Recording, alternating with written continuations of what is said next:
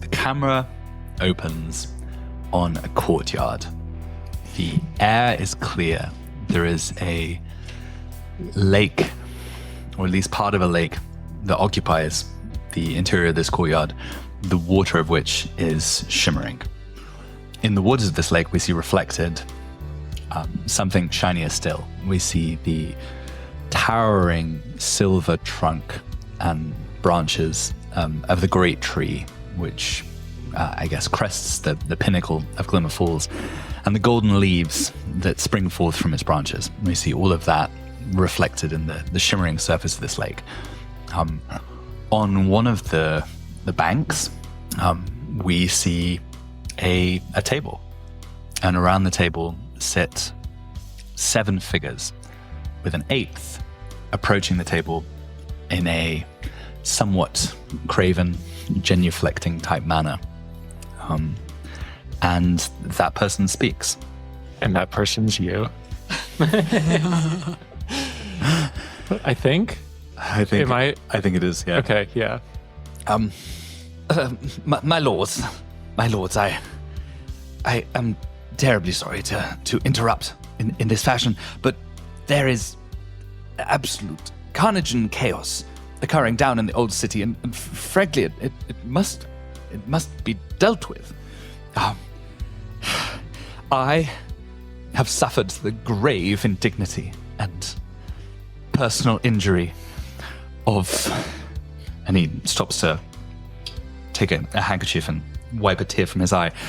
I was unable to attend an art show that I had really been looking forward to. And I believe there was also quite a lot of murder and looting on the streets. But it was incredibly inconvenient, and I was really looking forward to it. Mr. Birthright, the carnage that is taking place, as you say, down in the old city is a necessity. Last night, someone vandalized my precious grapevines. We shall have a wine shortage years in the making from the damage that was done. And we cannot rest until the ruffians that the Argent God is looking for have been found. And this was Valma, Cumberbatch, the Lord Trellis, who, is the Lord Trellis still wearing the same clothes, or have they changed? There's certainly been an outfit change. Valmer Cumberbatch is never seen wearing the same thing. Indeed. Twice. Now that will be a scandal. Indeed. So today it is like a black mourning veil. Ooh, that's good. Fingernails painted black, a lot of eyeliner, and a long black leather trench coat with like a burgundy and vest with silver embroidery around the collar. Oh, this is very good. And they are just sitting at this table swirling a wine glass as they stare down Tim Birthright, who's come to plead before them. Can I add a Boy George hat? Yes. It felt quite Boy George. Yeah, yes, definitely. Oh, excellent. Okay, so there's Valmer. And sitting a couple spots down from Valmer, we pan over to Lord Justice, the stern-faced, close-cropped black hair, just like you can see the tension in his jaw as he looks over at the rest of the lords and says, "The descriptions the Argent God collected did seem to match those of the lower-tier terrorists responsible for the bombing in the Nest. It seems they may have made it further up into the city." Right, and Lord Justice, the aesthetic there is like Tywin Lannister crossed with a High Court judge, right? Yeah, exactly. To Lord Justice's left, we see a figure who I don't think we've met yet, although we have heard of them. Bergeron Kingsley, the Burger King. Oh my gosh, Bergeron. What do we think? What do we think the Burger King looks like and is dressed like? Well, not a tiny man. No. Yeah. Yeah. Sizable. Yeah. Short and squat. Maybe a bit like Santa Claus. So bearded. unusually for an elf. Yes. Yes. I want to say like big red beard. Like I'm getting Hamburglar sort of vibes Yep. from the Burger King. Uh-huh. Okay. And what's Bergeron wearing, do you think? Black and white stripe. I wasn't The gonna say little, the it. little eye mask. No. So I pictured the Burger King immediately as Pitbull. So I just So what- wanted him in like a Cosby sweater and some like jeans.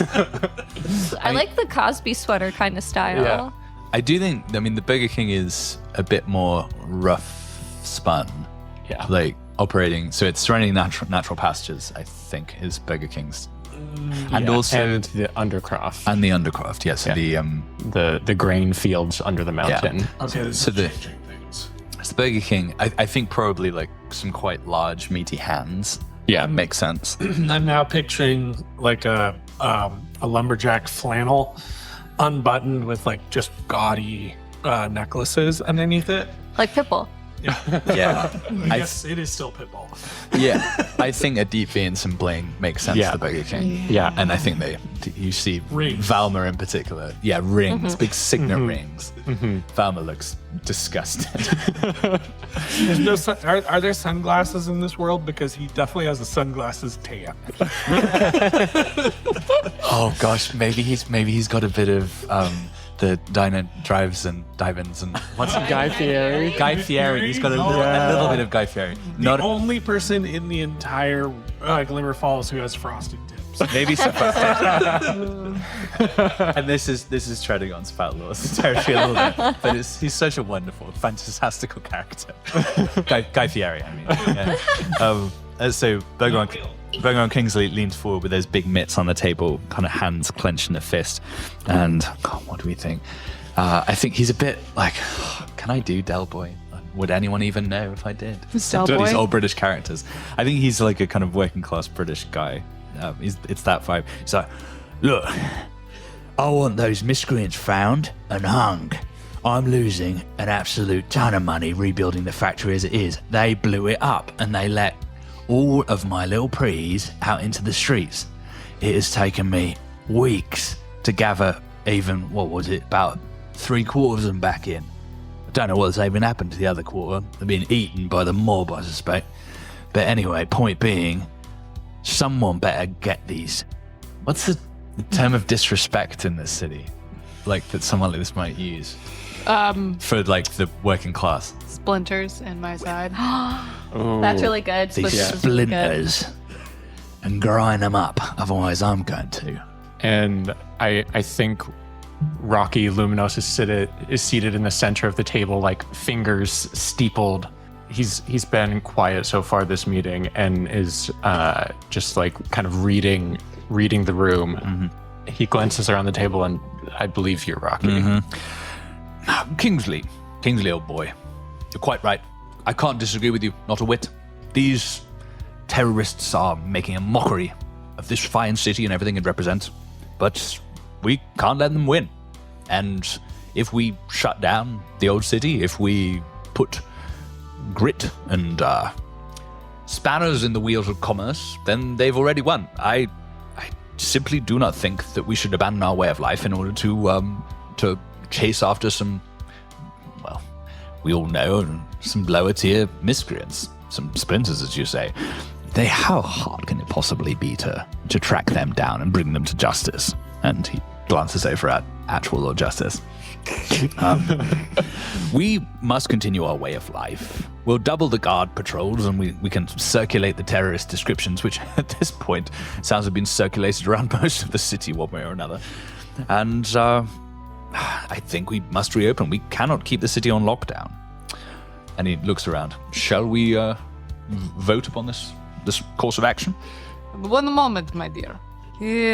Yes, they are thorns on our side. They are disrupting things, but we have to remember when they were younger, they were prominent birch ball players.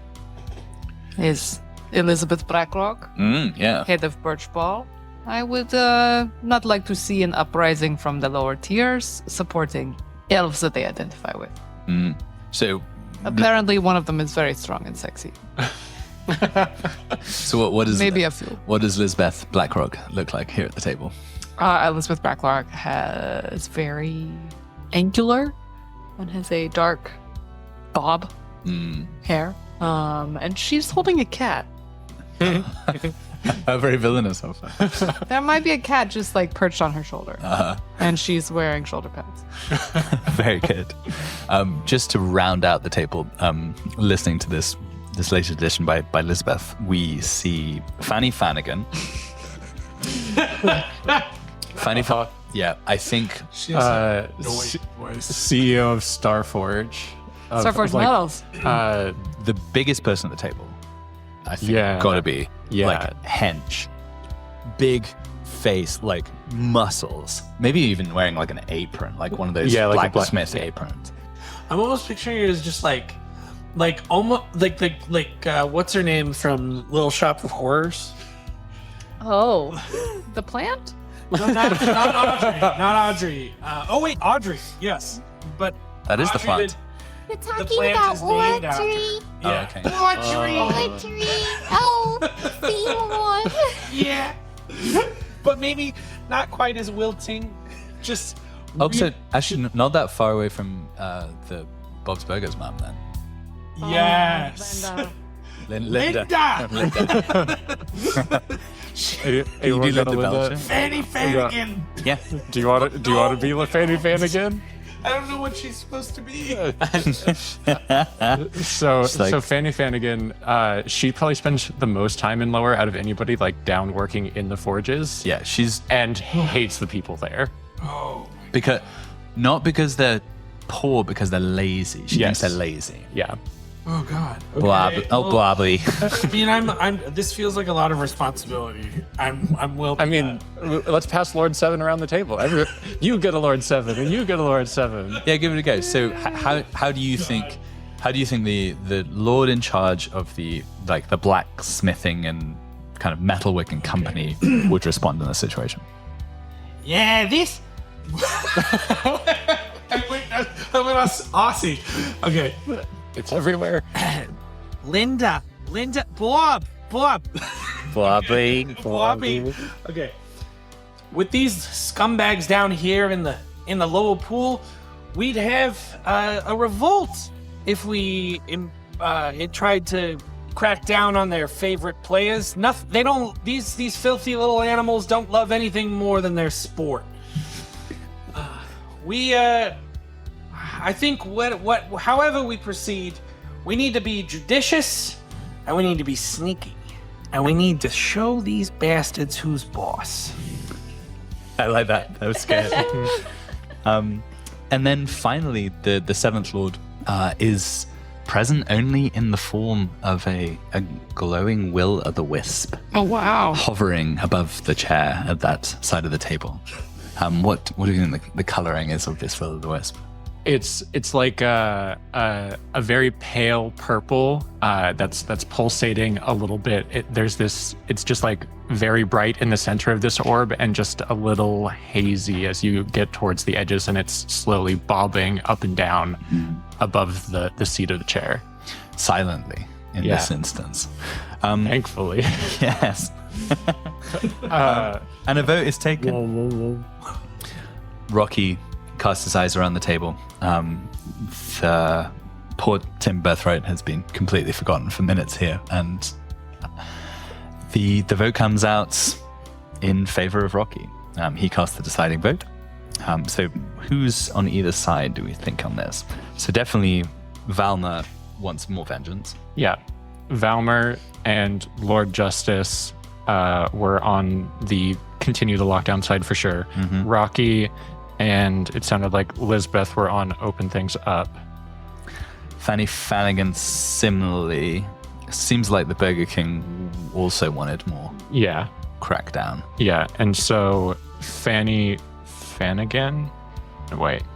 Did I miss one? I think Magus is the Oh yeah. Tiebreaker. Yeah. Yeah. Magus Conifer. And Or the representative of Magus Conifer cast the deciding vote. And it's just done with like an angry, a calming pulsing of the orb. Oh, I was thinking there was going to be. It's like a little neon sign that manifests, like a little, like a thumb. Just a little glowing spectral purple hand comes down and gives a thumbs down to the should we continue the walk down vote. Rocky looks around, counts. We are decided then. Justice, I know this is not the course of action that you would prefer, but can I count on you to ensure that the culprits are swiftly brought to heel? Even with you hampering my efforts, my god will hunt them down and bring them to justice. Play the music.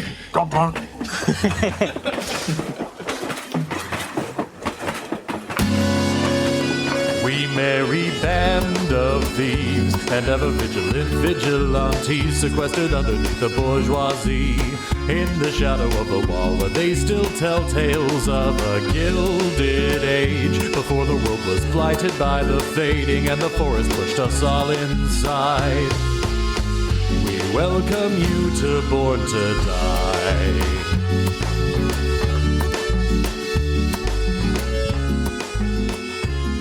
Hello, and welcome to Born to Die, a Blades in the Dark podcast set in the elvish Industrial Revolution city of Glimmer Falls, in which we follow the adventures of a ragtag group of youths, of drug peddlers and domestic terrorists, and, idealists, possible cultists, who are finding out who they are as they wreak havoc through this fair city. I am joined first, though, by my co-host. Hello, I'm Reed, and I am your also GM. This week's fun fact is about Lord Justice. Deep within his estate on the pinnacle, there is a room with no windows that has a tuba in it, and that is where Lord Justice goes when he needs to think. Just sits there with his tuba and jams out. That's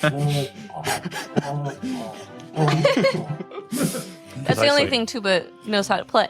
Yeah. Yeah. It's just those two on repeat. It's calming. I'm just being very bad at tuba. It's a rack-thin person. It would be hard to have the lung capacity for a good tubering.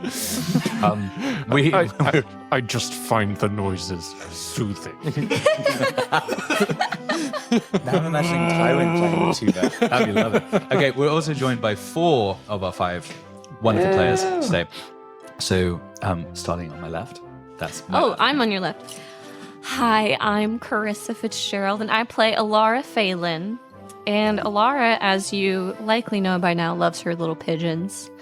And being in such a high up, located apartment, she's really starting to think about aviation and how it all works and flying and kind of almost turning into a daydream of they can fly into the forest and everything. So she might be talking to Starless soon about how to build some wings. Bad. Hi, I'm Greta, and I play Birdie Thumblesticks, Child Detective. Birdie, what are we doing? What do we like to do to relax? Sure. Spare time. That was Lord Justice, and then We all know Alara just smokes weed, right? Yeah, exactly. Yeah. What Alara thinks about while she smokes weed. Yeah. I think what Birdie's been getting into recently has been he's trying to work on mindfulness. This is a pretty chaotic campaign, and so he's trying to find a sense of center. He started doing Tai Chi in the mornings with a hat. What's Birdie's Tai Chi hat? There's like a feather on it still. Of course. But I think he's thinking about, being the feather in the wind while doing Tai Chi. Nice. And, bending to the air, using others' force against them. And in general, just being, having more subterfuge, more sway. Nice. Swaying in the wind, you could say. I like it. Did Birdie take Hunt recently? Yeah. Yeah, that makes sense for... Oh. But he also increased some. I'm missing 2 pips that I gained last time. Oh. And a new special ability, which I'll introduce later. Well, we should see. Perhaps the Batman that is a living needler might be in search of a Robin. Prowl the Reaper. I'll be a sidekick. If I had someone who could fly, that might be a little bit better. Can't do that. And yeah, Drew. Hey, I'm Drew. I play Cove. Cove memorizes things and learns best when there's a strong smell present. So when he was in school and he had to study for something, he would at first make a concoction of the kind of grossest things in the kitchen and take a big whiff before he started studying. What does gravy remind you of? What school topic? Well, gravy? Gravy. Gravy's not gross. Oh, it has to be a gross smell Yeah, specific. it would be gravy mixed with like vinegar. Well, okay, then what does that remind you of? That is the riots of Thimble Ridge. Ridge.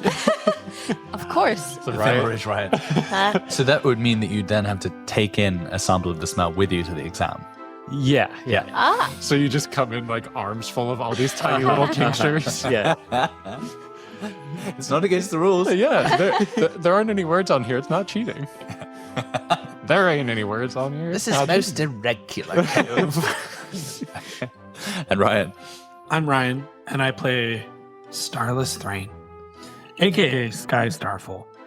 And right now, recently Starless wrote in Fufflins for all 7 lords in the most recent election. He knows it's kind of a sham, and that it's gonna be the same 7 guys either way. And he's just starting to question. He's taking a moment to think about whether he should shift his attention from politics to maybe something more like interesting, like trains. Maybe some planes, Aviation. some automobiles. Maybe some automobiles. He doesn't even know what an automobile is, but he is wondering if that's worth spending his time on. But just kind of focusing on the pleasures of the world and not so much the goings on. Okay.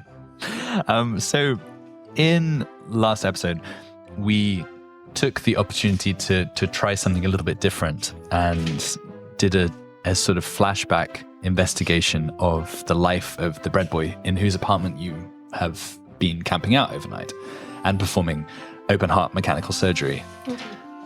We found out a number of things, but does anybody want to kind of give us a sense of the arc of the life of this person that was unveiled? Reuben Breadworts.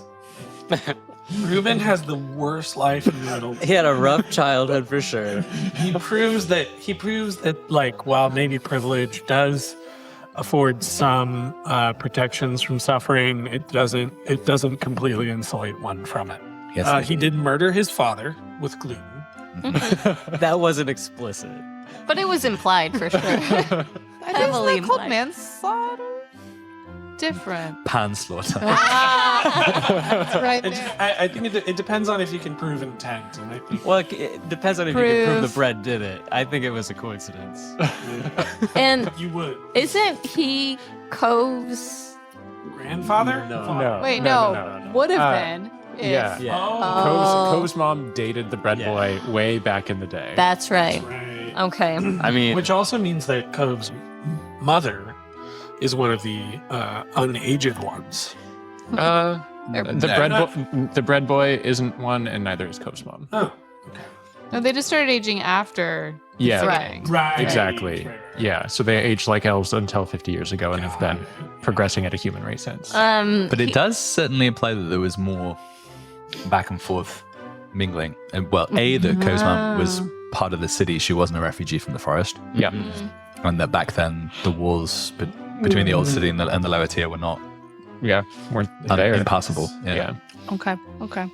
We know there was he was used to spy on some other areas, some other regions, did some dirt. Yeah. He's been to Hollowbone. Yeah, or at least manufacture some compromat used as a honeypot. Yeah, so I think we found it. He went to Hollowbone, and he probably also went to East Haven, Yeah. the Goblin City, by train. Train. We know that he had a conflicted relationship with his occupation. That it brought him a lot of connections and capital, but it also didn't. It prevented him from having much of a private life. Could barely even enjoy a concert in the park by fella hits.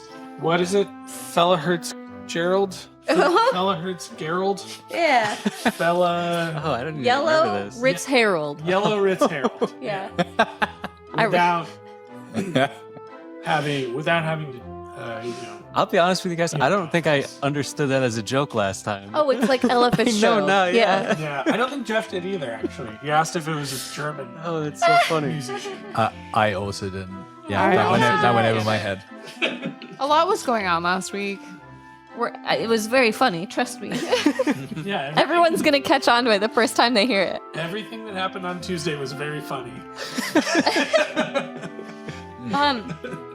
And there's a dog. Oh yeah. Yes, biscuits. Biscuits. Biscuits. Can't forget about biscuits. What did Biscuits look like? Little puppy. Simply a puppy. Oh no, we Oh, were very Westie. specific. Yeah. Oh, that's right. Yeah. And it's I Westie. argued with you guys about what a Westie looked like, and I believe I lost that. Yeah, so we begin this episode back in this. It's like a thick glass chimney kind of poking out above these more narrow, traditional canal side houses of a like Amsterdam bent. It's this, like the, I don't know what else to put, like this Space Needle restaurant, this kind of postmodern apartment that the bread boy had invested in. Is it entirely glass? I don't think it's entirely glass, no, but it Do is you like- either circular or hexagonal or octagonal or something like that. I do like the idea of it being kind of like an exhibitionist Right. situation, but yeah. But then I think there is just so much clutter with all these little tables and such that he's sort of, Right. it's an exhibitionism which is also hiding in itself in a way, symbolically. Wasn't there also, I don't know if we need to move on for the recap, but there was also a friend who he was trying to get involved in bread making. What do we call the trade? Oh, Bread boying? Bread baking? Yeah, like something with dough, perhaps. Buttering the bread. Buttery. Yeah. no, Butter. I'm gonna It's butter the your butter bread. business. The Yeah. butter business, yes. Yeah. There we go. We got there. There's a friend that was trying to he was trying to get involved in the buttering business, and there was something significant about that relationship, but I can't remember what it was. Oh, yeah. They had a husband. Oh, their husband was Jackson Oh, Smithsonian's. Smithsonian. Yeah. Wait, that's not what happened. Yeah. Celeste Jackson. He wasn't trying to get her involved in the business. They were AA buddies. They were AA buddies. Yeah. Yeah. Oh, right. And Smithsonian Jackson was a client. Yes. Yes, exactly. Yeah, exactly. And the friend from AA was curious about the business. It was just Celeste. Her name's Celestia Thorne Jackson, and Yeah. she was trying to mentor him a bit and just be friends, and was trying to encourage him because he seemed a bit down. And actually, didn't she actually think he was a baker? Yes. Yes, Like truly. Yeah. Yeah. And she left him all of the China animals, I think. yes. Right, the China animals. The baubles. Bobbles. And so, yeah, this is where we find ourselves at the beginning of this episode, with the bread boy upon the bed in the center of the room, just starting to come back to life, and the gears, perhaps visibly in the chest, turning. We can see. Do you think we can see these mechanical elements? Are they on the surface, or did you close They're them not out? on the surface, but because of the materials I had on hand, when I closed up the chest, I had to put a glass door on the front. I simply had to. Yeah. Well, I mean, it was also, there's a function to it that was later that Starless didn't really, this wasn't the original plan, but he realized that this would make it a lot easier to maintain. It's very good. Yeah. So, Oh, that image is excellent. yeah. Can we hear it whirring? Like all the mechanical spinning and. If we're not in a quiet space, yes. Okay. Yeah, it's not like very loud, but if you're in like a library, for example, it's going to kind of sound like an aquarium. Like the oxygenation. Yeah. That's wonderful. Yeah, so Bread Boy sits bolt upright on the bed, looks around him, and we hear the line that we've heard at the end of 2 episodes ago. This I'm back, baby. But then as soon as he says that, you see him shake his head, and he's like, what happened? I had a terrible turn. I'm your father. Oh, you don't look like him. I mean that in You're very young. I mean that in a metaphorical sense. I'm not exactly sure how this started because I was very drunk when I started the operation. What operation? Well, let's take do you have a full-length mirror somewhere in here? Oh, darling boy. and he gestures at the ceiling. The whole ceiling is mirrored. Yeah, just look up. And he leans backwards a little bit, looks at the ceiling, and sees this. How big do we think the glass cabinet in his chest is? Well, it was a puncture. It was a good third of his torso. Yeah, I'd say it's like his entire. It's his, like, if he's an action figure, it's the front part of the shoulders and the pecs. Okay. Yeah, Okay. is So sure. entirely this thick plated glass. Oh my. What happened to me? Surprise! And he taps the glass. Well, as far as what happened to you in the last hour or so, I replaced some badly damaged organs and tissue with, just what was lying around the house and what we brought with us. The house. As far as anything prior to that, you're gonna have to ask my colleagues about. Oh my. I remember the lights in the fog. The horrible clanking. I stepped out for a crepe, as I'm wont to do. And they chased me. I remember the searing pain. And I think in that, as he experiences that trauma in retrospect, you see like a kind of a blank look come over the face momentarily, and let's not think about that. Let's stay in the moment, bud. I could really do with a dance. Maybe some chicks. Maybe. And then flicks back, and What on earth was that? I whisper to the others, I think I might have left a little too much Rizbot in him. I think any amount of Rizbot in him, it would be too much. I kind of like it. do you want a bit of Rizbot in you, baby? Oh my gosh. It's like I'm trapped. Inside a horny robot hell. It seems to only happen when you're thinking about traumatic things, so just think positive thoughts. Positive thoughts. Who are you? All of you, and why are you in my house? We helped you back. You were on the bridge and dying, and so we got you back here, and our friend over here saved you. Yeah, I remember that. So we're good people. We're good guys. Birdie pulls out one of his precious business cards. Does like a deep bow and hands one over. Thank you, young man. What does it say on the business card? I don't think that Birdie's updated business cards. I believe it says Bertie Esquire Thumblesticks, parentheses, Walrus, Child Detective, and Pink. Does it have any insignia of the unblinking eye on the cards? Yes. And it also has a symbol that Birdie thinks is associated with the Butler's Society. Ah. What was it called? Oh. Yeah, it definitely had a name. All right, it did have a name. Carissa. I mean, look at my notes. Our archivist. And what was the symbol? And so this symbol has been like hand drawn on after the fact. Oh yeah, 100%, 100%. Yeah.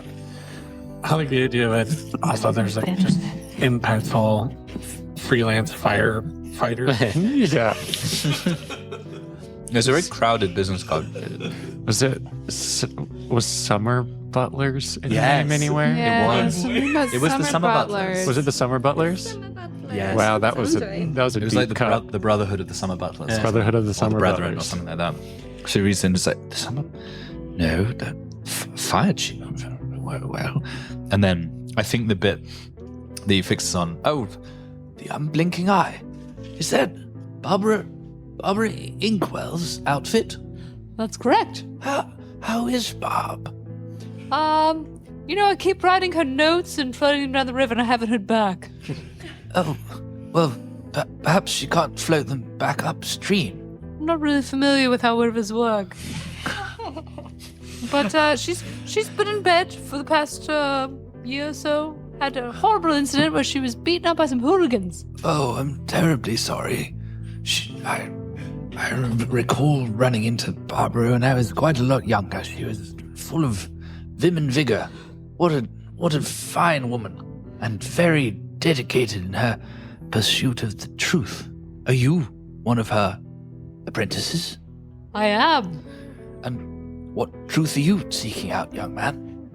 Read the fine text on the bottom of the business card. what does it say? It says, Bertie Thumblesticks Esquire, comma, Alara Phelan, comma, what's everyone's name? Cove Landrill, comma, Starless Thrain, That one has a question mark on it. Mark, and Finra Etsley et al., seekers of the truth and an equitable society. Oh, Also, maybe thieves' unions. you're radicals and criminals, then. What about that makes you think criminal? I mean, the thieves' union. Oh, I didn't hear you say that. I just keep reading. Yeah. This card has so much on it. It folds out like 3 or 4 times. Like a triptych. I mean, frankly, that puts my mind at ease a little. I confess, when I woke up with all of you standing around my bed, and then you told me what you'd done for me, I was wondering what you wanted in return. And very few have done anything nice for me without asking for something. But perhaps you're simply socialists and radicals. Well, we wouldn't mind being able to stay here every once in a while. Oh, You got a really good view. by all means. But under one important condition. Oh, what? You must feed biscuits. Oh, On it. does Biscuits eat flesh nuggets? Oh, absolutely. Biscuits loves to get his little Good. grubby little mouth around some flesh nuggets. Don't you snoogle woogle? Come and see Daddy. And I think the dog just jumps up into his arms and starts licking probably the glass plate. And she's covered in delicious chemical residue. Well, it probably tastes like the bits that Starless had to discard. Right. Yeah. There's some tasty offal going on there. Enjoyed. Yeah, Biscuits was over in the corner just in a puddle of blood and viscera and turns up with just like it's a pristine white little terrier, but just the mustache is just dripping like deep red with blood. Someone's got to clean up. Biscuits, you look so metal. What a good boy. Yes, you saved my life and turned me into, well, something. I could scarcely deny you the hospitality. But where are you from? I mean, I suppose you know Barbara, so you must be from the lower tier. Where are we? We're from. Well, we don't really have homes, if you know what I mean. We're kind of from everywhere. And I think he grabs your wrist at that point and said, You didn't have a home. You have one here. Oh, Alara gets really, really uncomfortable and pulls her arm away, and her eyes start to well up a bit. He's like, don't worry, I understand. Could somebody help me up, please? And he kind of puts his arms out to be like helped off the table. Imagine Finn helps. Yeah, Starless does too. Yeah, and you see as he steps down onto the floor from the bed and straightens up, just a couple of like cogs and small springs just fall down through the robes onto the floor. He's like, he shakes a little bit. I wouldn't worry about that. Does your line? I don't know if you're still working, but does your line of work or lifestyle ever happen to lead to states of arousal? You might want to avoid that. Is all I'm saying. Oh, okay. I'll take a little break then. Well, I mean, like, I just noticed that, maybe it'll take a little while for I had to use some parts from an individual who is a bit of a, let's say, a bit of a character, and he seems to have taken hold of your mind somewhat. Oh, yes, I sense that. Okay. Yeah, you know. That strong, greasy, horny energy. Yeah, I mean, who knows? Might be an asset. But it's definitely something to keep an eye on. Yeah, and I think as you're examining our bread boy friend, you can like the devil is dancing in his eyes. You can see Rizbot back in there somewhere. All right. I'm gonna get out, Starless. Okay, I'll work on that later. You are never leaving me, Starless. Ruben, have you ever thought of doing some Tai Chi? We can do that in the morning together if we want. Might be good for suppressing some demons. Oh, I think that certainly. Where have you been Tai Chiing, young man? Well, you said that this place is ours now. We can consider it home. So far, I've just been doing Tai Chi around your old lifeless corpse.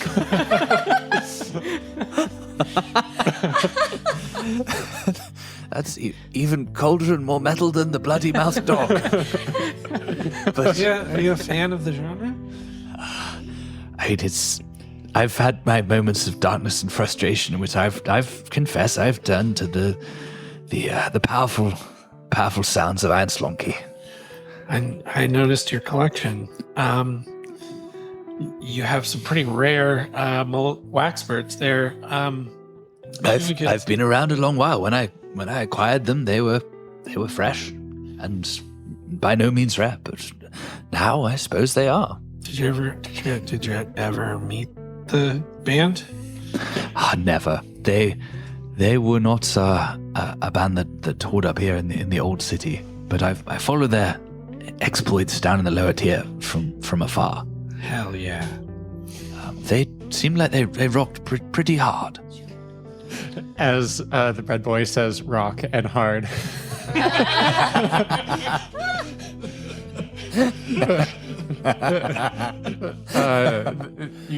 He just gets up so close in your face. I've seen them rock pretty. I've heard they rock pretty hard. Starless. Just starts pulling you in a little bit closer. And I start wiggling away. Oh my. Yes, I think I'll lie back down. This is quite enough exertion for one day. And I think as he says that, he's still like casts a glance outside the window and sees, as you can all see, above the fog that is lying in the morning, still above the canals. You can see the figures, these like stalk-like figures of the Argent Guard, like stalking, as I suppose stalks do, the lanes and canals of the old city, and his eyes go wide. They're still out there. Are they looking for you too? I doubt it. Well, why'd they attack you? I can't imagine. I went for my delicious crap and I was heading home. I ran when I saw them. Perhaps they just thought I was a miscreant. Oh yeah, you're not supposed to run. That makes you look suspicious. I was scared. Yeah, I know. It seems counterintuitive, but at least you're alive now. Good thing we were hiding nearby. Were you hiding from them? Yeah. And I think also out the window you can see that some of the guard are down at street level, like tacking up posters along the street.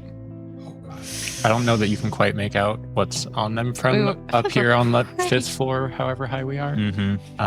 But it looks like they're looking for someone specific. Ew. Yeah. Okay. And I think, Reuben lies back down and his eyes closed, and you see the whirring in his chest kind of calm a little bit. What are you gonna do? Oh, well. You're still on 2 clocks. There's an escape clock and a they find you clock. Yep. Okay. Do we know how many are out there? I don't think you see the street ever really empty. There's like always at least one person in sight. Like they're not necessarily standing on corners, but it seems like they're patrolling the streets. Yeah. And you can hear this horrible clanking sound of metal on cobblestones. Okay, well, we're gonna need a way out of here. And I think if we can avoid the streets, that's probably the best. Wouldn't it just be so amazing if we could just fly like my pigeons? Not the ones that just died, but like real, like the ones that are alive out there and just can go anywhere. Fly like your pigeon. Yeah. I mean, Really good idea. I know it's like really bizarre because we're so much heavier than birds. There's no way that could work. Okay, so Starless wants to look around the are we in an apartment? Yeah, Okay. like a penthouse apartment. Okay. It's a condo. Like the Seattle Space Needle. And the surrounding areas, because like we've established, there's a lot of windows. Oh, yes. So I want to look around within what's within our reach that could be fashioned into some sort of perhaps glider or other sort of flying machine. Sure. So who would you be looking to carry on this glider or flying machine? It's a good question. I mean, if Alara has a new collection of pigeons, they could help. They could flap. They could help flap. Now, you guys, Leash the pigeon. this is gonna look really conspicuous. All they have to do is look up. Yeah, but they're too busy looking down. Yeah, so the pointed part of my question was, you wanted to carry the statue with you, yes? Yeah. Wait, That may be the hardest part. why not a miniature dirigible? What? Dirigible. Dirigible. Well, if this is gonna act as some sort of, hideout for us, we can keep the statue here for now while we. It does seem like a That's a good point. reasonable. Yeah, but Yes. So, Finn has come up from the first floor where you stowed the statue of Smithsonian Jackson, like in the entryway. She's absolutely coated in sweat as she's carrying it up the ladder through the trapdoor with one arm into the bread boy's apartment. Damn, Hey guys. God damn, you're the best. yeah, why don't you should go relax. Here's some laudanum. I just Okay. made it. Okay, cool. I think this is what I'm going to be doing this episode. Go ahead. Oh, I'm sorry. I'm just a chatty Cathy today. Well, we have this statue that I don't think is going to be able to get. It might slow us down a bit. Do you mind terribly, Reuben, if we leave this guy here? Oh, not at all. It's awfully familiar, actually. yeah. That figure looks like a horny badger. Maybe we should put a blanket over it. Now, keep in mind, though, we need to sell this statue. We're not selling a damn statue. Well, we're not- We're trying to make him unstatuized. Well, no, but like, we need to level up, and we need coin to level up the next time we level. You don't care about leveling up? I Oh my god! I think What about our friend I Ruben? think if you have the statue in your possession in one of your hideouts, that counts. Well, what about this? Ruben matters. Or sorry, not Ruben. Who's statue man again? Smithsonian Jackson. Smithsonian Jackson is kind of like currency to Ruben. In what sense? I'd already given this to you. I think if you have the statue in what has now been established as a secondary lair, then that coin counts. I like it. Okay, then I have no issue keeping him stone or alive. All right. We won't sell him. Ruben, Yes. being a bread boy and all, I imagine you have some things around the house to make yourself look a little bit nicer here and there. Maybe some hair dye, maybe some makeup. Oh, by all means, yes. Wow. And he gestures over at I think it's a painting of. What would be this painting? An uglier version of Ruben. Oh gosh, no! It's covered with a blanket or something. Oh no, it's not a. what's the Dorian Gray. It's not a Dorian Gray situation. Oh, poor Ruben. Because Ruben already looks pretty old and wrinkled. Yeah, that'd be so sad. I think it's a Fragonite. It's a picture of like a girl on a swing being pushed by a handsome young suitor, and he says, just push the swing, and then you put your hand against the painting and push, and the whole thing revolves, and it's this beautiful like armoire and Vanity. his toilet station. They call it. Yeah, so like the 3 mirrors and all kinds of accoutrement for Styling.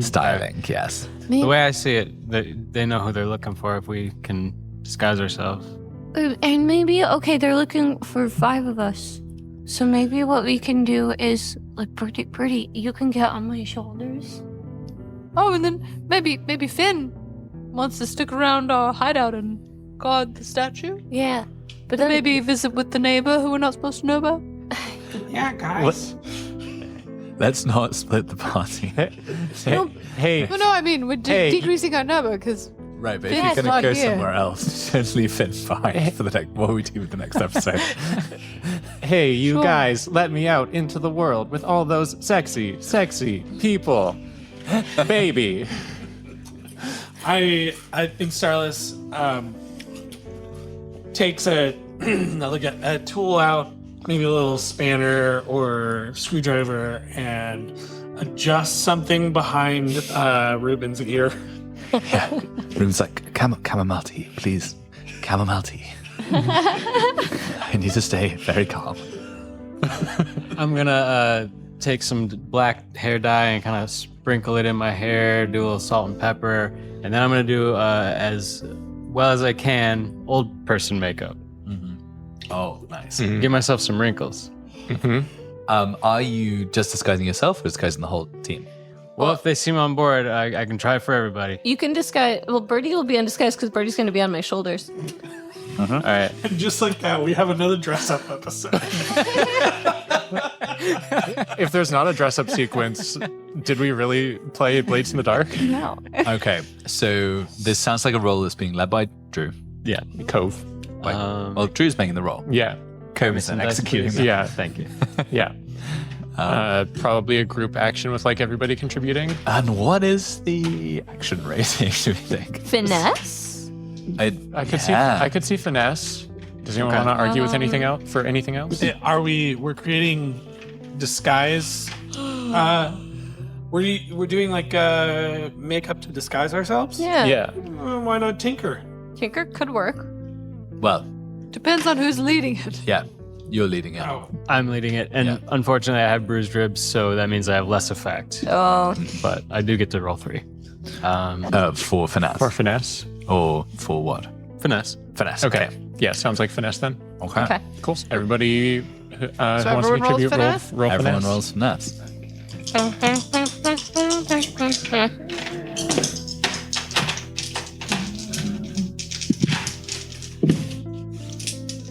Six. 3. Okay. 5. I got a 5. Okay, she says the highest. 1 point of stress. 1 point of 1 stress. point of stress and a full Sorry. success. Yep. Lara apologizes profusely. Okay, so then I think we'll fast forward to the next scene. You step out of that narrow front door, along that narrow corridor. So just down a side alley off one of the main streets. What do the 5 of you look like? Starless has a denim jacket with a iron slonky patch on the back, vintage, and frosted tips. Cove is kind of slumped over. He's got a walking stick and wrinkles under his eyes, kind of dark splotches. His skin's not doing so hot. And kind of he has a shawl wrapped around him. Nice. Birdie is promptly strapped, nearly adhered to Laura's shoulders. Did somebody say strapped? You hear from the window 5 floors above. And we've got a big trench coat, long trench coat, and a cane too because it's kind of heavy. Well, no, maybe a tall. I don't. Do you want a cane, Birdie? Birdie's never been tall before. I don't. How do you like it? View's pretty great from up here. Yeah. What kind of makeup do you have? Well, flashback. Birdie did ask Ruben what was an outfit when he was trying to go about the city and not attract attention. So Birdie picked up a really, really long mustache. Put it on and a cane with a really, really long cane because your stumpy little birdie arms cannot get anywhere close to the ground. Okay, so we have 2 caned characters here. And I mean, my Birdie's probably broader than Alara, I would imagine. So this is a Gru silhouette. Yeah. One of those classic grooves. Yeah, it's a classic Gru. Yeah, so it's like a trench coat, but trench coat doesn't reach the ground, and then there's some thin little legs. Okay, wonderful. I want to add that Starless also has a really gross youth pastor goatee and some big round rose tinted sunglasses. Nice. Oh, we look awesome. What did you dress Finn up as? Finn Burqa. Yeah. Barcott. Yeah, done. All right. So, yeah, this extremely odd and not at all attention catching We group. don't look like anything at this on the sign. Not at all. Strolls out and onto the canal. So, I think with that, where are you trying to get to? Are you trying to get back down to the lower tier? Let's review our options. No, we've tasted chicken. We can't go back. This is a great point. We've tasted and felt it. I'd really like to see if we can get any leads on my grandpa.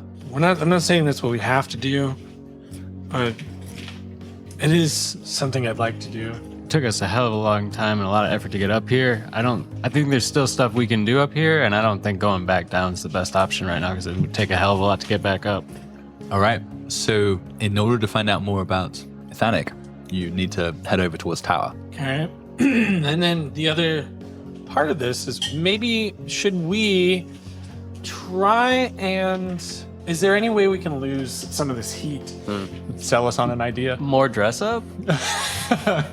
You go back into the Red Boy's apartment, take off everything. What if we framed someone? we kind of already tried those pink-haired old people. What about if you can we have some kind of explosion go off timed and it can divert people in a different direction? Oh gosh. Well, Starless, do everything. no, I look. Here's the thing. I'm kind of split between both my talent for explosions and an incredible crippling fear of them. I forgot about your fear. Yeah. I mean, I guess I could manufacture something. Maybe you could use it without me. Yeah, well, I could try. I mean, if it's how similar is it to making spark? How attached to your pigeons are you? Well, I don't have any right now. Well, no, maybe I have a few. I have a few right now. I don't have too many. Well, I have an idea. I think I can get myself through the process of making something, but we're gonna maybe need a few brave pigeon volunteers. Oh no. To deliver the device. Well, it won't kill them though, right? Oh, no, probably not. Okay, I mean, as long as they know, they won't definitely die.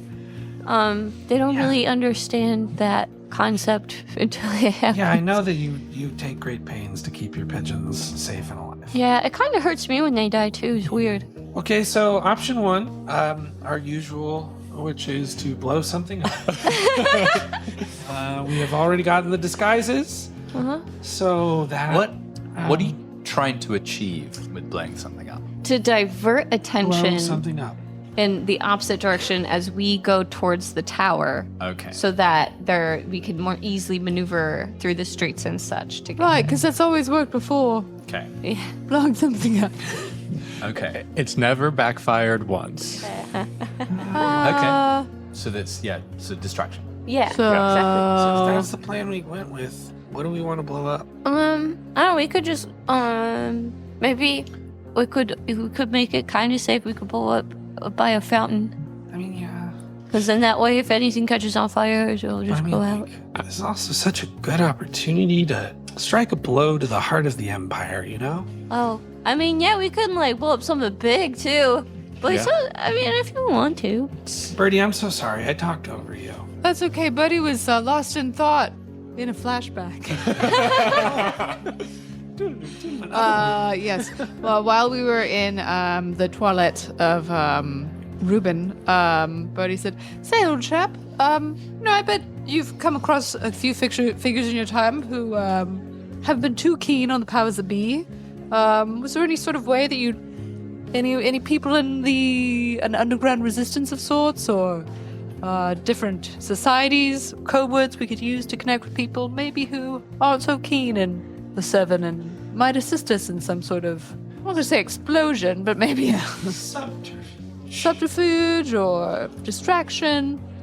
I don't think Handshakes. I don't think I know any society of underground, but I know something a little more literal. When I was required to join the embassy aboard the train to Hollowbone to East Haven, there is a route from close to the Grand Cathedral, a hidden route to the terminus station. There is a secret path beneath the city that I would be happy to clue you into if you needed it. That's the only underground knowledge I have, though, really. And as Ruben says, talks about Terminus, so there are a handful of like big name like buildings and structures in the old city. There is the Grand Cathedral. There's Valmer Cumberbatch's estate. There is the like elevator that comes up from the Terminus district below, where they like bring in all of their imports and like luxury goods and a lot of the food in the old city.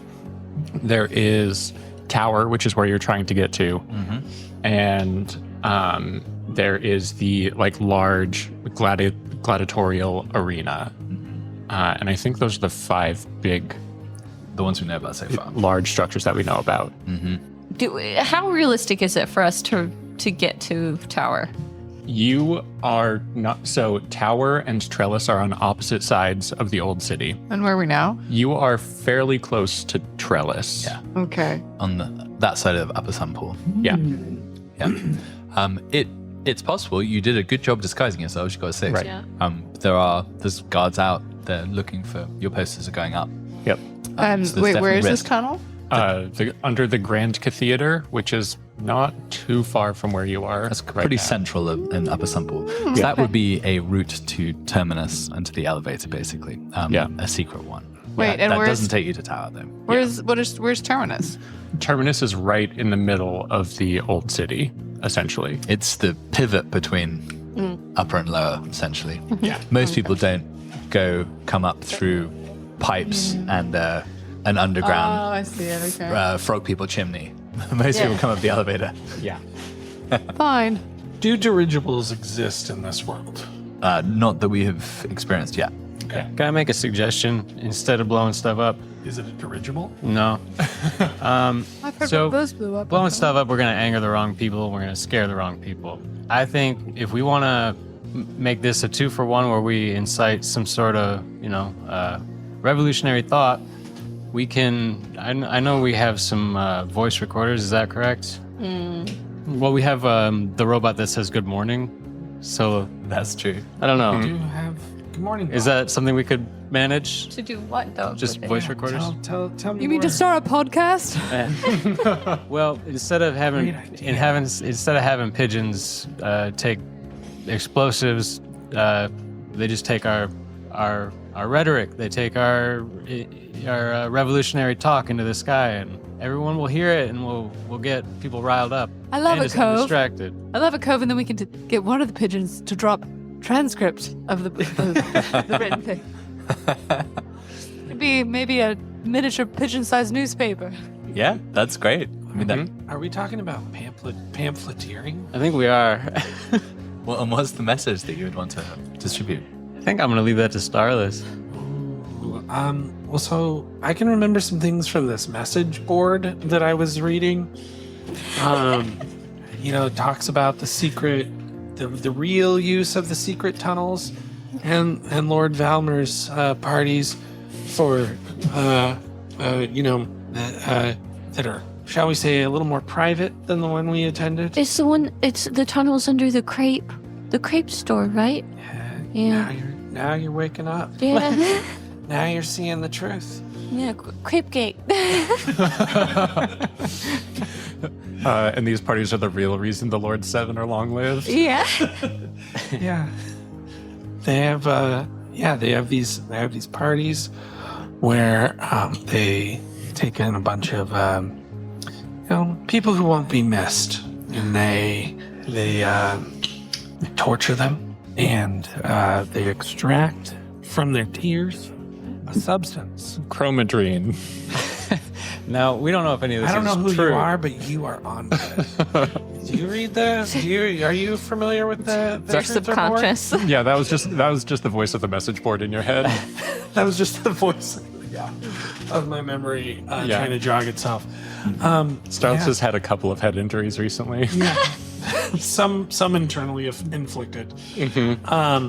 So I think we could maybe get a little start waking the people up, if you know what I mean. Yeah. I think that's a move. Yeah. And Have you we- heard about this guy who makes ottomans? My ottoman guy. Oh, I think my dad talked about him once. Yeah, he's onto something. He has kind of a shady past, but he's come around and he's starting to. Yeah, He's out there. He's a truth teller. Yeah, we all been there. I mean, I love this. So you're going to spread, maybe slightly in some sense plausible, but you're pretty sure highly exaggerated conspiracy theories about the Little Seven. This is brilliant. Look, just because I can't prove it doesn't mean I'm not sure of it. Yeah, this is great. So some of this is going to be audio, some of it's going to be pamphlets. Yeah. Who's doing each bit? Well, Alara's distributing via her. She doesn't has a huge thing of pigeon. Well, maybe she does at this point. Ooh, we could call them tweets. Coos. We really, I was gonna say, really they cool. Coos. It has to be coos. Yeah. Okay. So you're the delivery mechanism. Distributor. Bertie, you've got to be writing the pamphlets, right? They're coos to talk. Oh. This is what the people tune in for. Revolutionary puns. Thinly veiled simulacra of the real world. Yep. Yeah. Bertie definitely is gonna. Did we leave the house? Or are we back? This up is in all part of this wild flashback, I think, that you engaged. Yeah. Yes, Bertie asked Ruben if he can borrow his finest ink. What is it called? Ink pen? Pot pen? Fountain pen? Fountain pen. Actually, no. You're not. In fact, what are we calling the apartment? You've got the Mojo Dojo, and now you have The glass house? Glass House. That's nice. Sure. I kind of like this happening not in the Glass House, but in a nearby coffee shop where you're all drinking way too much coffee really Not fast and chunks. talking super loudly about all your plans. and then And then, you guys, I haven't even gotten into the island. okay, so Bertie, you're scribbling away at pamphlets. Starless is putting together some kind of recording Yeah. and loudspeaker. They're my dispatches. Right. And Cove is, as we know, really good at the next time on voice. Sure. Yes. You're the voice of these announcements. Okay. Force the So, movement. Cove, give us a snatch of like the conspiracy theories in Cove's voice that are going to come down from these pigeons. Citizens of the old town, have you ever wondered what your masters are doing in secret behind closed doors? I've wondered that. Well, no, it's time to wonder no more. We got torture chambers. We got chromadrine. We got kidnappings. Not from the tears of the tortured. From the tears of the tortured, indeed, my friend. This is an incredibly interactive recording. It's a call and response. Yeah. That sounds even worse than I expected. Even worse, there's an island. Oh no, where's the island? I hate islands. It's not up at the pinnacle, is it? Yeah. Yeah. Oh god, what happens on this horrible island though? They extract too many resources that can't be renewed. Oh god. But there's not enough resources to go around. And in secret, they do magic. But magic isn't real. Oh, but that sounds pretty cool. Yeah, I wish I could do magic. Oh, we all wish we could do magic. But Now I something- love them again. But the magic is only to warm up their food. They can't do anything else with it. It's not cool. I mean, sometimes my food gets pretty cold. And they use your children's blood to do it. No, but Okay, that's not cool. my children need that blood. Blood's supposed to stay on the inside. Meanwhile, Buddy's just writing a little recap of everything that happened in the maze. Okay. Oh, so you're going to put there's some truth in the pamphlet. Yeah. Oh, why Yeah. not? You're Why you're not? telling everyone about the trees. Nice. Yeah. So you're winning them in with the salacious audio, and then you're giving them the. Yeah, good. So you're telling them about this.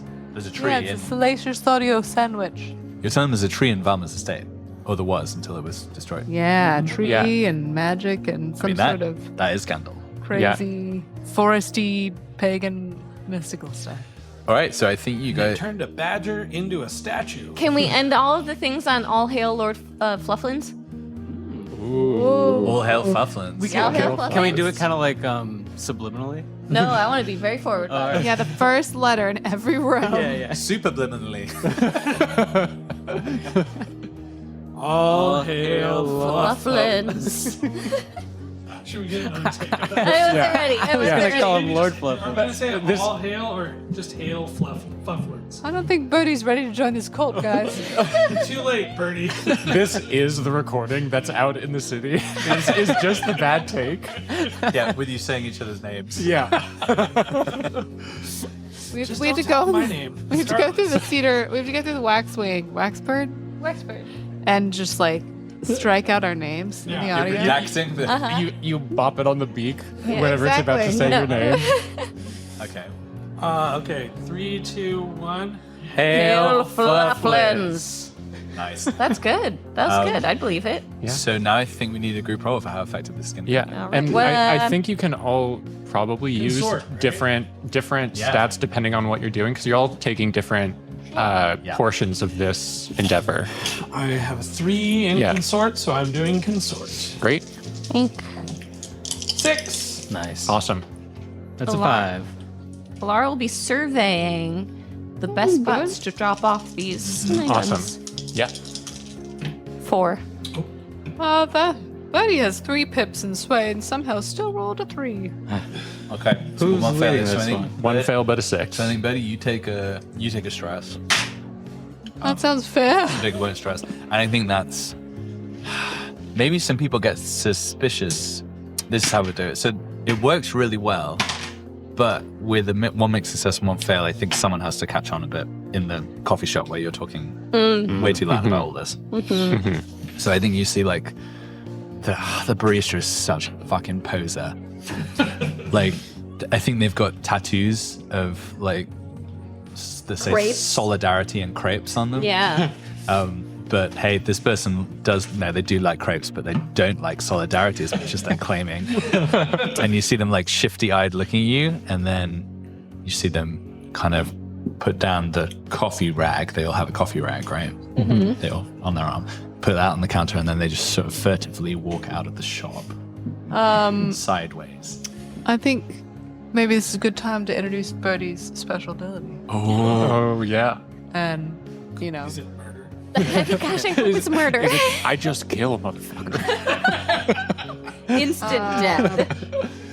Birdie, I think Birdie notices this and walks up to the barista. So I think you catch the barista then outside as they're Right, leaving. okay. Yeah, so Birdie. Birdie grabs I think Birdie has like a little letter or like a little postcard. Okay. They've quickly scribbled on it Okay. a note and says, "Oh, mister, so sorry. I think you forgot this in the shoppy."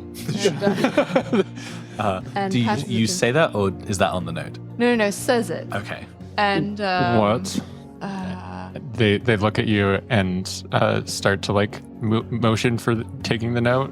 Yes, and then Birdie just blinks his really beautiful eyelashes at you, and uses mesmerism Oh my Ooh. gosh. What does mesmerism do? to pull the barista's mind in a certain direction. When Birdie sways someone, he may cause them to forget that it's happened, what's happened, until they next interact with you. Right. Yeah. Okay. So I'm sorry, guys. Means we can never come back to this wonderful culture again. roll that up, then. This is good. Yeah. I don't think I have. Do I have to roll? Yeah. So when you sway When someone. you sway. Oh, fine. Okay, fine. Yeah. Sway away. Okay, I'll take this note or whatever. It's got a beautiful picture of a penthouse apartment on it. Wait. Did you give him a postcard of your lair? I think it's a postcard. It's probably a postcard that I did, a blank one that I took from Ruben's penthouse, though. Okay. You know, Okay. because like any good bread boy's got to have correspondence and a collection of different cards to send to. That smell of perfume. Of other penthouses. No, different, just Oh, okay, random, right. beautiful architecture. That's a 6. Yeah, full success. Nice. That's a really neat drawing. Thanks. Anytime. Birdie Wait, winks. what was I doing? And as Birdie, Hey, Melvin, get back in the shop. People need coffee. I wanted to go on my smoke break. Fine. I'm dying here, Melvin. He's always dying. and And it's the old guy from Breaking Bad in the wheelchair. The coffee's not gonna make itself, Melvin. I fucking hate my job. And with that, Birdie pulls out a map that says at the top, places we can no longer go to because I ruined them. And takes this one. Coughing boy coffee. Yeah. Yeah. And as the barista, as Melvin walks back inside, the camera stays on the alleyway briefly, and there is a wanted poster of the 5 of you with like names and descriptions on it hanging up in the alleyway. I'm gonna write on that. Not old at all. As Of average size. as opposed to the ones in the lower tier that said like super dangerous, do not approach under any circumstances. These ones say capture on site or kill if possible. Wow. You Yeah. guys, I think Not that from Flavortown. So, in disguise at this point, Alara looks up to Birdie and goes, wow, I'm really glad I'm completely covered up down here. Do you feel like your disguise is you don't look like your poster? Do you think you're good? I think I'm probably good. Worst case scenario, I have to mesmerize the entire town. Yeah, that's pretty impressive. What you were able to do there. Yeah. Just one person, multiply it by the population of the middle tier. I thought we were gonna have to kill him. Can we get a visual on what Birdie looks like when he mesmerizes there? Do your eyes do that Cheshire Cat thing? Yeah, or is it anime? do they make the audible blink blink sound effect? Oh, I think the blink blink sound effect. Yeah, I was thinking of more like an anime, like Just really the cutesy. Just so moist and glistening. Yeah. Like 2 times their normal size. Yes. Love it. Bertie, you've never done that to one of us, have you? No, never, because it only works until someone sees me next time. Oh, all right. So it's only people I ghost. I really thank you for not ghosting us. I really appreciate that. I can't ghost you. You're the one carrying me around. I guess you're right. That seems like a really good skill. I'd love to talk to you about that later. As you say, thanks for not ghosting me, I think you see Finn's eyes just kind of dart back and forth. Yeah. A little bit. She'd be a bit quiet. We all say it the same. So you're I just have a lot on my mind, you guys.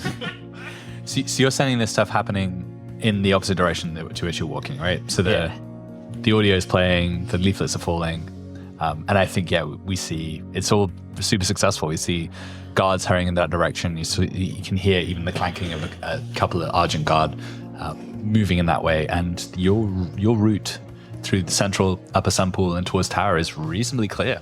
Extra, read all about it. The Lord Seven are pederasts. So, I think probably it's only going to require one additional scene or roll on the way to tower, and I think we'll probably do that as you're entering Tower District itself, just so we get a sense of what the aesthetic and difference in the feeling of that district is. Do you have a sense, Reed? Most of the old city is very elegant, a lot of super thin bridges, very delicate looking buildings and statues. The Tower District is more like medieval castle aesthetic.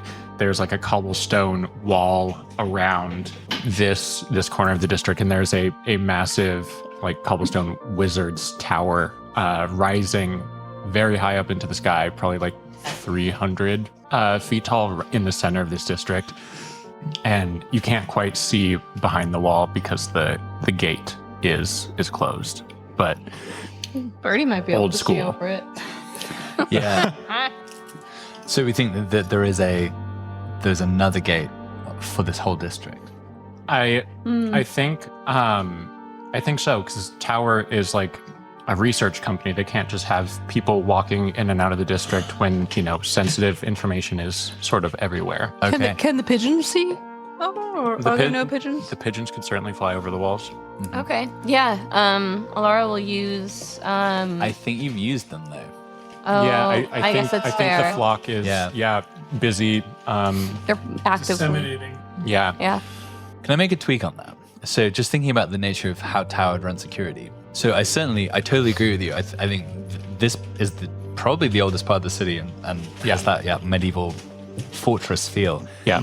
But I think Tower would be more of, they're going to run security through tech. Sure. So I'm wondering whether it's less a gate and more there are cameras. Some sort of. Yeah. Yeah. I think it could be both. It could be like a key card Do sort of they- gate situation retrofitted onto a old Uh-huh. medieval That's gate, pretty cool. And then definitely cameras What on if- the what outside. if Okay, so they we've got have- cameras, we've got a door that opens to key card. Yeah. Yeah. What if they have pigeons? Sorry? What if they also have pigeons? What if they have pigeons? Yeah. Or maybe meaner birds? I My don't know. I like this because I was going to object to the fact that we already have spectral lanterns. So we haven't talked about camera technology. Right. And whatever technology should be more fantastical. Yeah. Oh, absolutely. Something filling that space. Yeah. We also have a bunch of birds. We have wax birds. We have pigeon birds. Just saying, why not another bird? So I mean, Yeah. I think it could be some sort of animal. It could just be like a blinking eye on the end of a telescope. Yeah. What if it's a blinking eye on the end of a bird? Like an emu. I mean, birds have 2 eyes already. No, it's just like a bird, but instead of a head, it just has an eye. Oh, that's terrifying. Yeah. Yeah, I like that. That's pretty good. So it is like an emu, but instead of a head, just giant Yeah. eyeball. I hate that. Yeah, it's I horrible. really, really hate that. You hear it blink. Yeah, Well, but not in the cutesy It's trying to animate us. It's like wet. Yeah. And it's a Awful. It's a cybird as well. It's definitely part mechanical. yeah. Its legs are just metal, and it has these wicked curved claws on the end of its feet. Well, Starless, you did make a crazy cyborg out of Rizbot and Reuben, but you didn't create that monstrosity. Yeah, so they're like roosting. Yeah. Yeah. Oh, there's multiple. I think there's probably one on either side. Okay. And then there are perches. Yeah. So they're like roosting on the perches. And Yeah. but you see not a lot of people going in and out, but there are definitely there's traffic. Yeah. Kind of nerdy looking types. Yeah. Yeah. So they have like A lot of tall, pointy hats Yeah. of varying colors and design.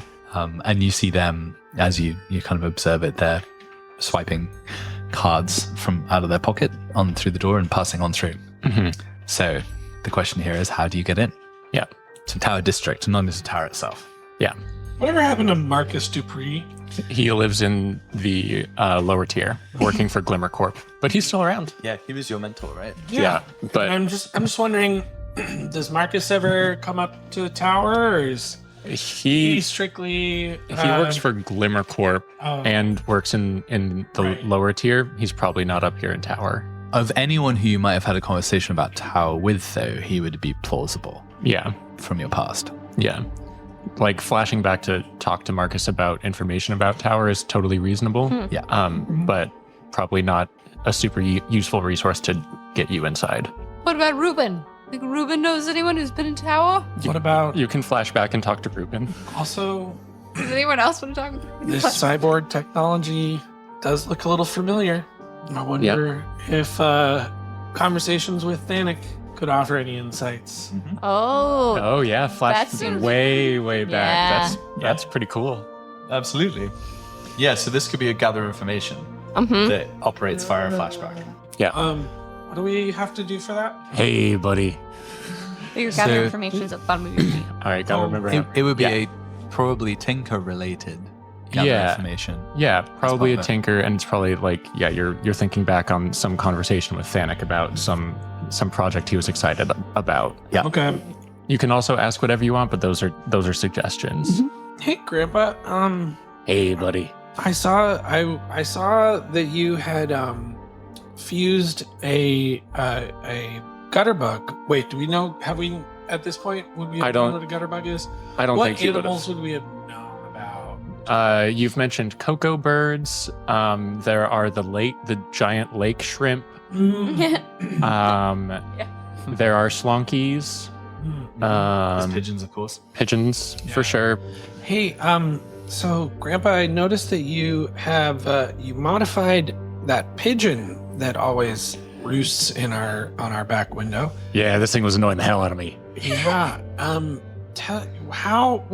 What did you? I noticed that it no longer has its wings, and instead has some kind of device. What did you do?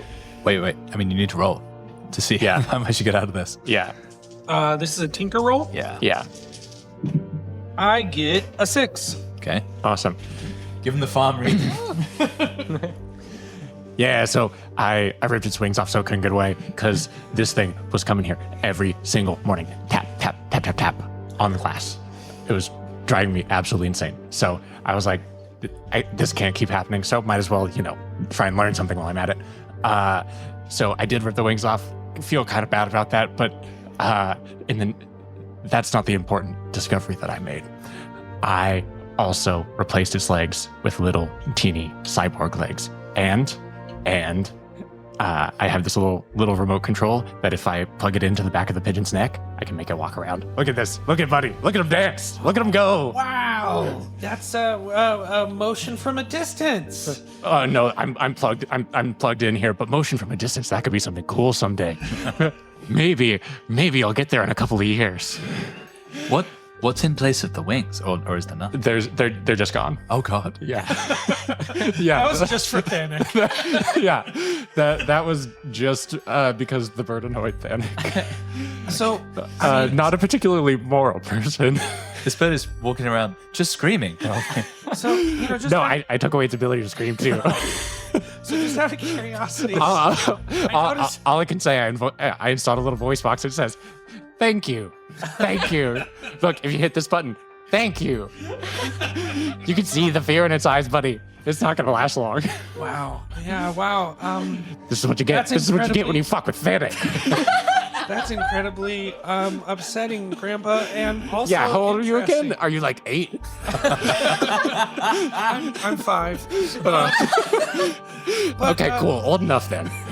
Apparently, yeah. No, I don't remember a time in my life where I was too old for or too young for horrors.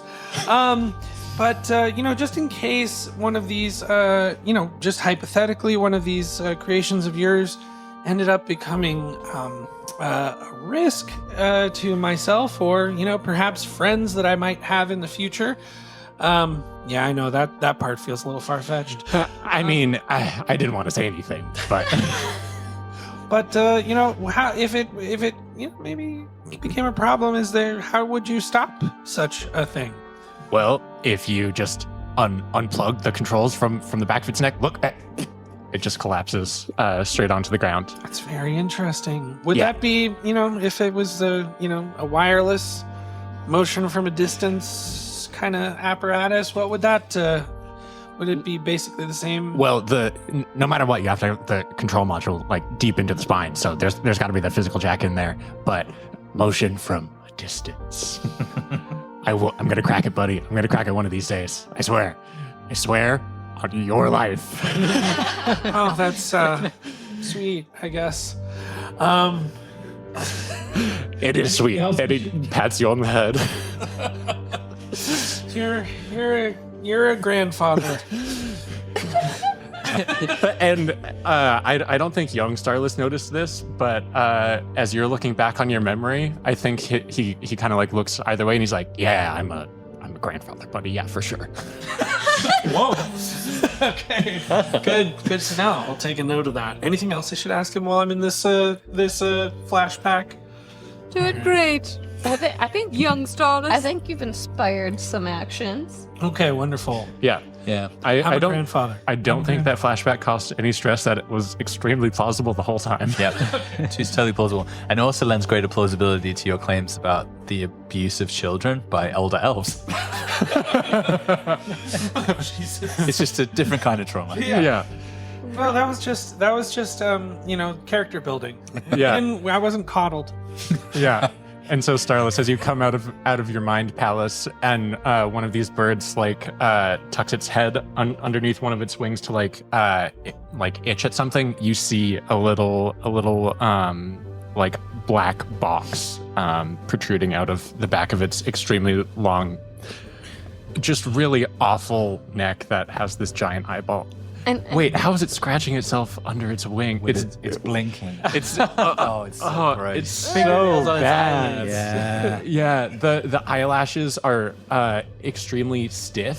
So they're like hedgehog bristles almost. So that it can. I really hate these creatures. And all of this is, let's not forget, happening beneath the stare of a giant eye in the sky as well. Yes. Yeah. This is a Yeah. So many eyes. terrifying world. Normal. Eye in the sky, totally fine. This is an abomination.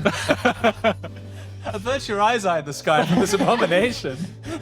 Okay. natural. So, Okay, if you say so. how many of these birds are there? I think there are two, one on either side of the gate, and if you look a little further down the wall, they're spaced out every so often. Alara, you want to take some shots at these? That's exactly what I'm thinking. If I may. Let me kill it. Look, I'm 100% in favor of it, but real quick, and I want to just take out the motion from a distance device and click it. Oh, Yeah, you have the remote. What is the other end? Okay, I think this is just a I fortune. just want to see what happens. I think give us a fortune roll. Okay. All right. Is it all right? Fortune roll. So Just a d6. it's a 4. It's a 4. So what I think you see is the mechanical legs on the birds stand up and they start marching back and forth across the across the top of the wall, and the giant eyes are kind of looking down at their legs, sort of confused, why am I walking right now? Yeah. predictable motion. You've created, a window where Yeah. you wouldn't be seen, Yeah. potentially, if you could get through the door at that time. Yeah. Yeah, so you have this opportunity here. So we don't need to kill them. But we still could. They're really hideous. They're really bad. Maybe. I want them to die. They're probably in pain all the time. Maybe.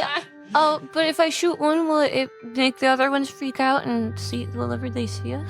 I'll So never lose a friend. I think what you've achieved here is previously they were both looking in the same direction, so if you kill one, the other one would see. Now, at least part of their route, they'll be facing away from one another. Right. Ah. And I So wasn't they're like suggesting. walking in opposite directions from each other away from So the you can gate, go- and then they kind of go on like video game patrol, and then they turn back around, and They've then got they're their just loot. they're just in patrol mode. Yeah. And Got so it. now you're playing a stealth game, and you have the window when they turn away from each other. And we can see their cone of vision. Yeah. But I wasn't suggesting killing them. I was suggesting shooting the little black box. Yeah, but I think I might kill him. Well, all right. Alara knows a lot about bird death. Right? I mean, Alara, you did not get enough opportunities to shoot your bow and arrows. I know. Yeah. Alara's gonna shoot a bow and arrow. Hell yeah. Hunt for sure. Hunt for sure. You've already assisted with the. So I Yeah. think this is you get And an extra die probably. I do. Yeah, I think Yeah. this has been set up for you. Oh yeah, very, baby. very predictable movement pattern. Yeah. And does it matter that I have a level 1 harm? You have one fewer die. No, you have lesser effect. Yes. So what would that from be the in level this 1 harm. situation? You can. Your arms are like a little shaky from what's your harm? Gargoyle face bite.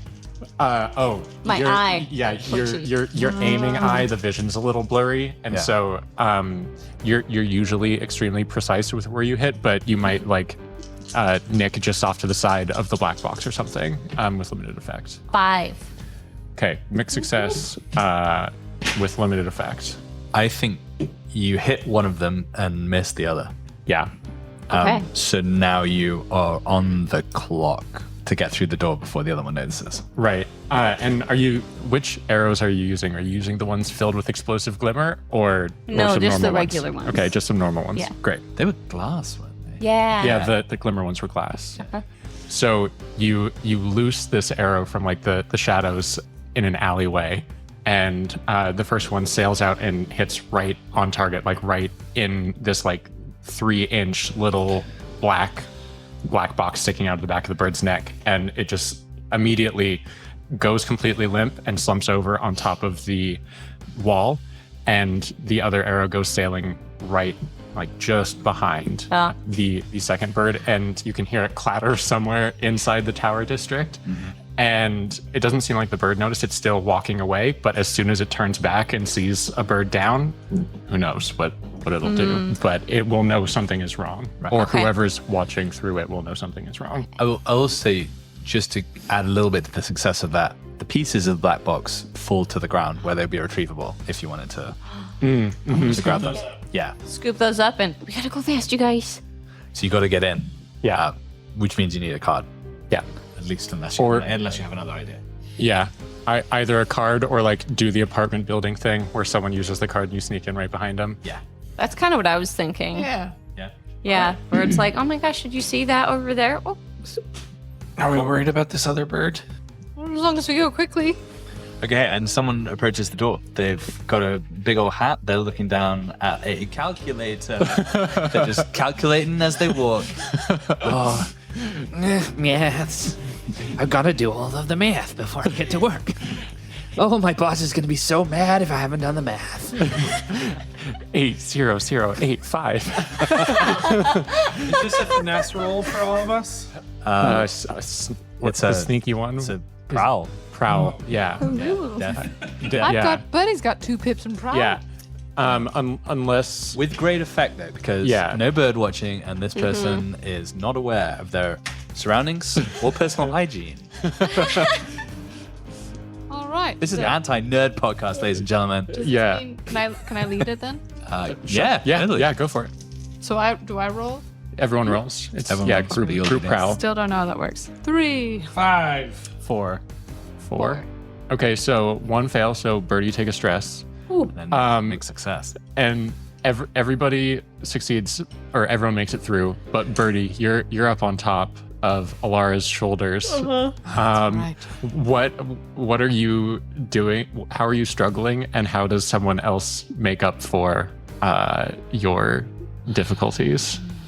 I think it's physical. I think opening a door or like holding a heavy door open when you aren't actually a person but you are merely a short elf propped on top of your friend's shoulders is like surprisingly difficult. Yeah. Did you just call me your friend?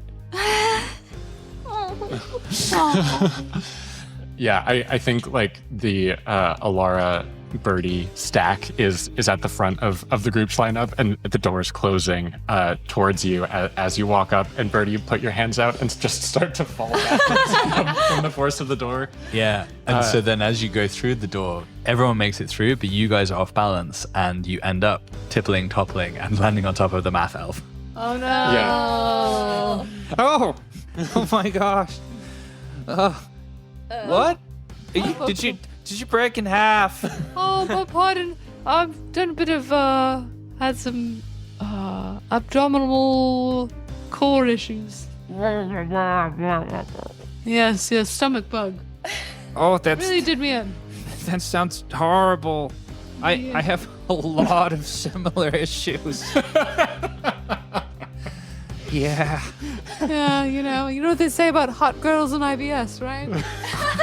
Is this a meet cute? This is great. Yeah, give me a consort, Bertie. Oh, Okay, make success. Buddy's never has hit a- no idea what they say about hot girls and meet cutes. Or hot girls and IBS. Absolutely no idea.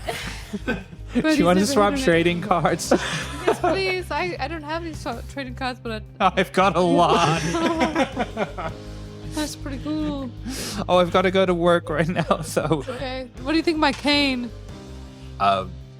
Is it a sword cane? 100%. It's the coolest thing. I love it.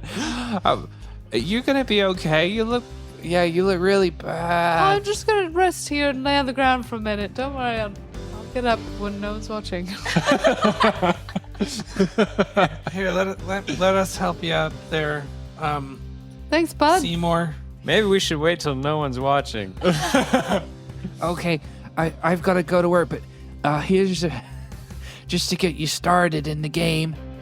It's not like rare or anything, but What trading card game do they play in Glimmer Falls? Not magic, the guess. The scam. Mundanity. Mundane, yeah. Mundanity, they get together. You guys suck. No, so I feel I'm like advertising for new players.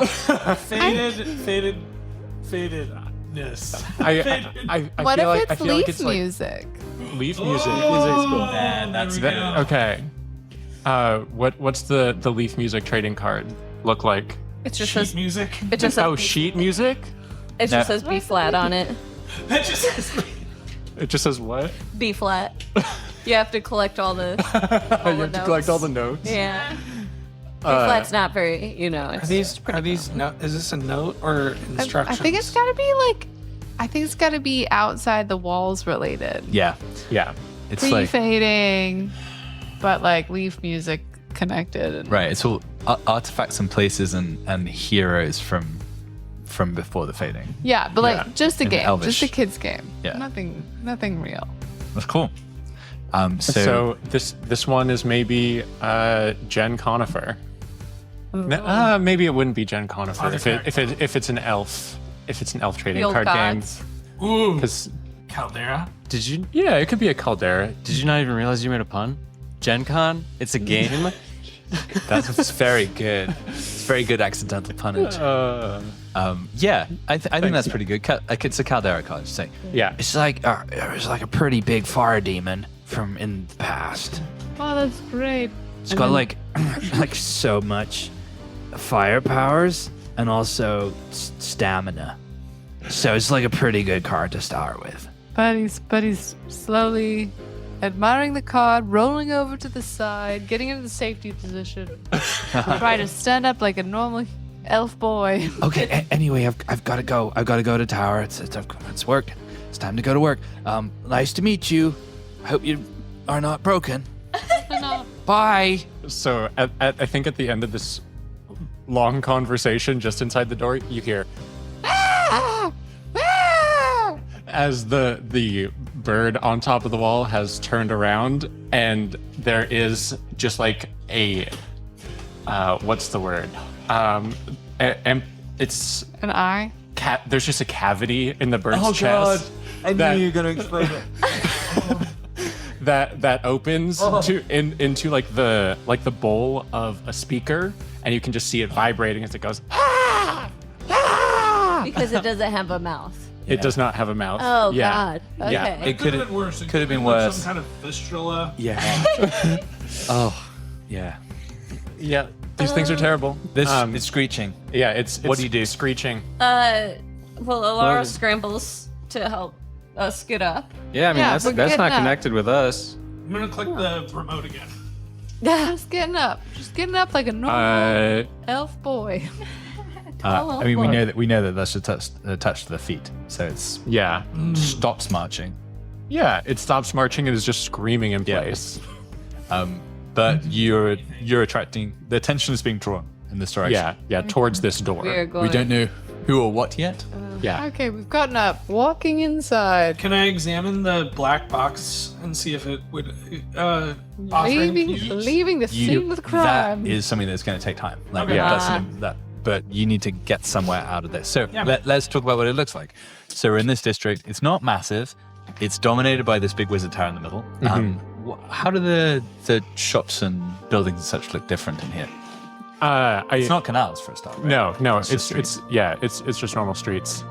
The architecture here is not that same elegance from the rest of the old city. It's very gray, very utilitarian, kind of like brutalist big stone boxes. Effectively, they have numbers on them, but there aren't like names or this isn't like the science wing or the research division. It's building number 468 or whatever.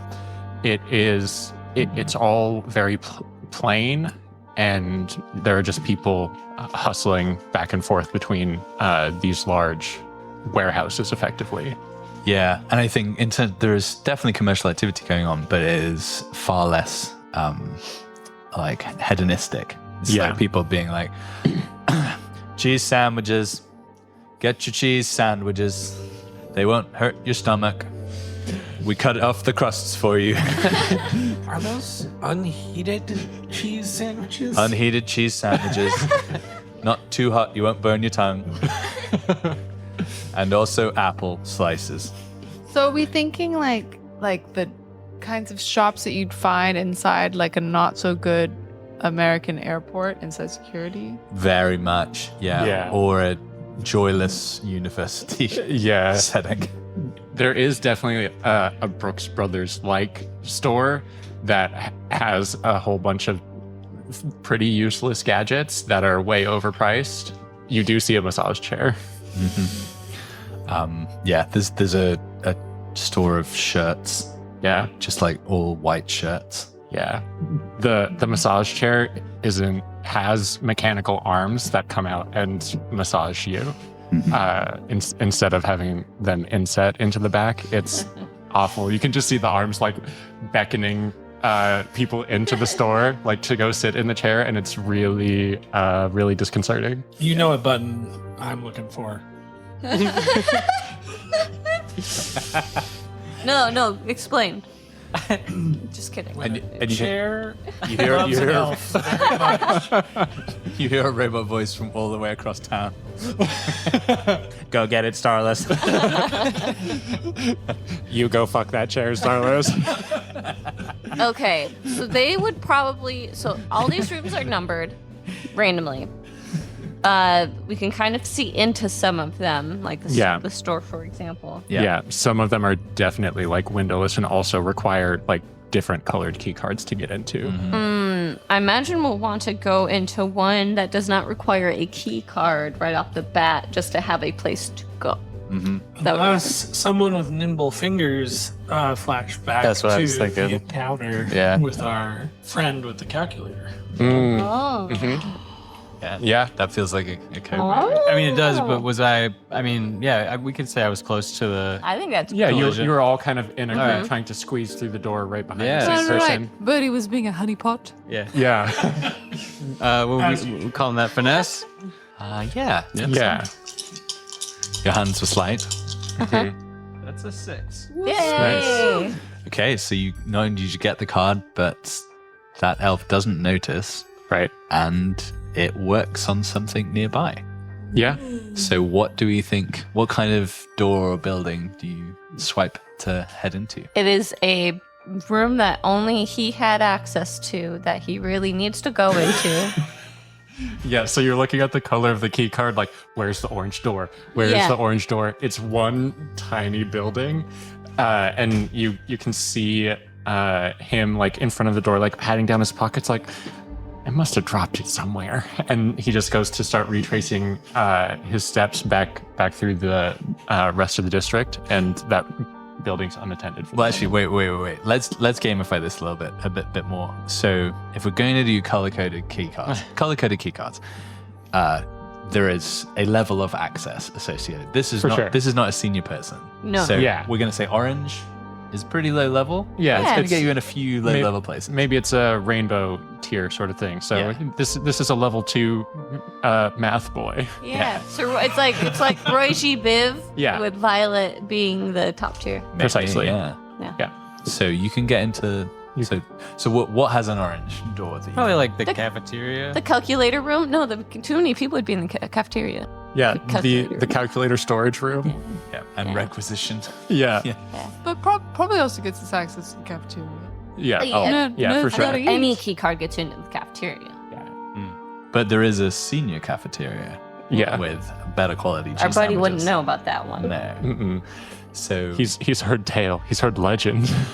So I think you hear footsteps running the direction. You push into the nearest orange door, swipe the key card, the door swings open.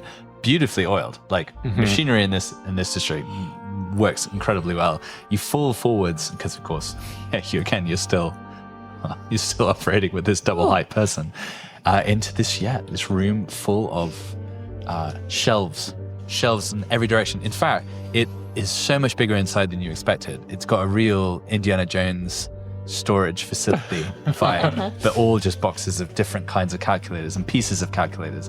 And as you run into that room and slam the door, there's a figure inside that turns and says something to you. What do you think they say, Reed? Good afternoon. What sort of calculator do you need today? And with that, cliffhanger ending, we will finish for the evening. Tune in next week. To find out what kind of calculator the crew gets. Oh God, I hope it's scientific. Ugh. Thank you, everybody, for tuning in this week. I hope you enjoyed it. As always, thank you to Jeff for providing our music. Thanks, Jeff. And we will be back next time to find out more about the Calculators. About calculators. primarily. Comment on this this wherever you're listening to this. But what calculator would you like us to find? Oh, that's nice. There's a lot of different calculators out Well, there. if you comment, we will not take your comment into account because this episode is going to release in July. August of Oh, August, 2025, and we are going to record next episode in November 2024. And there's going to be a whole new line of calculators out by that time. That's true. Yeah. So still leave the comment, but also They fuck do you. new math. Wait, by that point, we may have gained the ability to flashback in real life. Oh, that's If true. we roll high enough, Yeah, if we roll high enough, leave those comments, and we'll see what we can do. yeah, we'll try and break the laws of space and time. Yeah. As always. So thank you, everybody, and we'll see you next week. And stay around if you are obviously a high tier Patreon supporter for the after party. Bye. Take your comfort, weary traveler, in the shadow of the Seven's wall, where though magic may be gone, the tangle lives on. in the echo of the leaf